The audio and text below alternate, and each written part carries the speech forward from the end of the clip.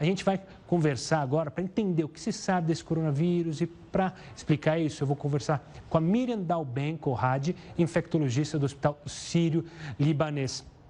Doutora, muito obrigado pela participação aqui conosco. Eu acho que a grande pergunta das pessoas é primeiro entender o que é coronavírus, porque esse não é um único coronavírus. O que é coronavírus? Por que esse nome? Da onde surge o coronavírus? É um prazer, Gustavo. Na verdade, o coronavírus não é um vírus novo, né? O coronavírus é um vírus que causa resfriado nos seres humanos. Então, a gente tem vários coronavírus que já circulam no país, né? A gente tem coronavírus que causaram preocupação mundial também. Não sei se você se lembra, em 2004, que teve a SARS. Depois, em 2012, a gente teve o MERS-CoV, né? Então, por que essa preocupação mundial agora com esse novo coronavírus identificado? Porque, na verdade, eles descobriram que estava tendo um número grande de casos de pneumonia nessa cidade, como você bem colocou, em Wuhan. Fizeram todos os testes disponíveis, não conseguiram identificar o agente. E aí, um pesquisador chinês ele conseguiu sequenciar e viu que se trata de um novo coronavírus. Então, embora da mesma família, é um vírus antes não identificado, né? Então, a gente não tem muita informação ainda sobre a gravidade dos casos, período de transmissibilidade, período de incubação, qual que é a capacidade desse vírus de transmitir de uma pessoa para outra, né? Qual que é a mortalidade relacionada à infecção desse vírus. Daí a preocupação que é uma coisa completamente nova.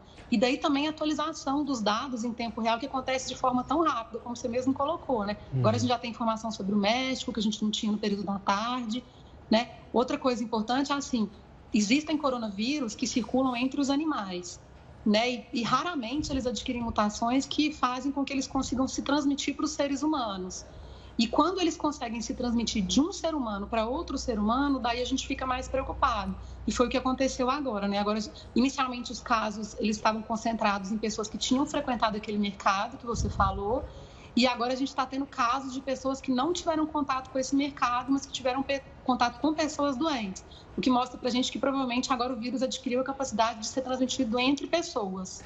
Doutora, você falou dessa questão de incubação, que eu queria que você explicasse o que é o período de incubação para nós que somos leigos e também qual é a importância de descobrir de onde saiu o vírus. A gente falou, né, como você bem disse, no mercado de peixes, há suspeita que esteja relacionado a algum animal aquático, mas por que é tão importante saber de onde surgiu o vírus? Na verdade, para você evitar novos casos, né? Então, vou responder uma pergunta, depois a outra. Então, quando a gente teve, por exemplo, o SARS, em 2004, identificou-se que o vírus ele era transmitido a partir de gatos selvagens. E daí uma série de medidas foram tomadas para reduzir a chance das pessoas terem contato com esse tipo de gato selvagem, de se alimentarem desse gato selvagem e de adquirirem esse coronavírus do gato selvagem. No caso da MERS-CoV, que foi a do Oriente Médio, um outro tipo de coronavírus, também se descobriu que ele acontecia a partir de camelos e uma série de recomendações foram feitas. Então, é por isso que é importante descobrir de onde veio, né? Esse mercado, ele não tem só frutos do mar, né? Se você olhar na imprensa, nos sites chineses, eles têm muitas fotos desse mercado e eles têm muitos mamíferos também, gaiolas vivos nesse mercado.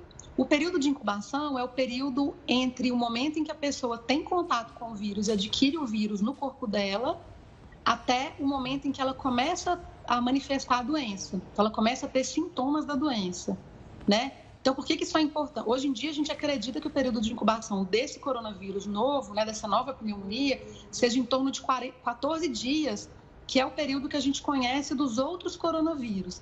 E por que isso é importante? Para a gente definir caso suspeito ou não. Então, por exemplo, pessoas que estiveram em Wuhan há mais de um mês, muito provavelmente não são mais pessoas que a gente vai considerar suspeitas, porque já passou aquele período de incubação. Mas isso, obviamente, são suposições que a gente está fazendo, baseadas no conhecimento que a gente tem de outros tipos de coronavírus, né? Como eu te disse, a doença foi descoberta agora no dia 31 de dezembro, então ainda vão surgir muitos dados novos sobre essa nova infecção. Doutora, como você falou, essa questão de não é um único coronavírus, já existem outros coronavírus conhecidos, isso pode facilitar na hora de buscar uma vacina, uma cura, um tratamento a ser seguido para os médicos? Até pode, né? Mas a gente tem que lembrar que os coronavírus que a gente conhece hoje, infelizmente, eles não têm um tratamento específico. Então, o tratamento que a gente oferece para o paciente é só o tratamento que a gente chama de suporte.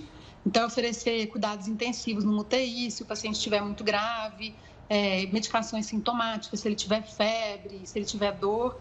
Né? A gente não tem um tratamento específico, infelizmente, ainda. E, infelizmente, a gente não tem vacina também ainda bem estabelecida para os coronavírus. Né? Existem algumas iniciativas aí de se estudar vacinas, mas a gente não tem nenhuma vacina disponível no momento para coronavírus. Para esses que a gente já conhece. Uhum. Então, a gente está meio que partindo do zero mesmo nesse caso agora. E, doutora, acho que uma curiosidade que bate na cabeça de muitas pessoas, você falou do SARS, também saiu da China. Há algum motivo especial, alguma explicação lógica por que muitas doenças partem justamente da China ou daquela região específica? Essas doenças que vêm dos animais, né? Estão ligadas muito à parte cultural do povo chinês, né? Então, assim, em primeiro lugar, eles têm por hábito ter esses mercados, na verdade, nos quais você tem um número grande de animais vivos ali, dispostos, né, confinados em um ambiente fechado. Então, isso favorece as pessoas terem contato mesmo com esses micro-organismos que são habitualmente dos animais, né, e que eles passem para os seres humanos. E uma outra coisa que favorece, como a população da China é muito grande, rapidamente uma doença acaba se alastrando nas cidades chinesas, né? Você vê, Wuhan tem 11 milhões de habitantes, né? Então, a densidade populacional da China, ela é muito grande. Então, as doenças acabam se espalhando com uma rapidez bem importante, assim, dificultando também a contenção. Não sei se você viu, acho que vocês até passaram aí imagens do mercado agora, né? Então, assim, culturalmente falando, é uma coisa comum lá. Até alimentação de animais vivos, né? Doutora. Exato. Muito obrigado pela participação e pelas explicações. Muito obrigada, viu? E as explicações, a melhor coisa para não entrar em pânico é ter informação, contar com o auxílio de pessoas que entendem do assunto. Doutora, muito obrigado. Obrigada, foi um prazer.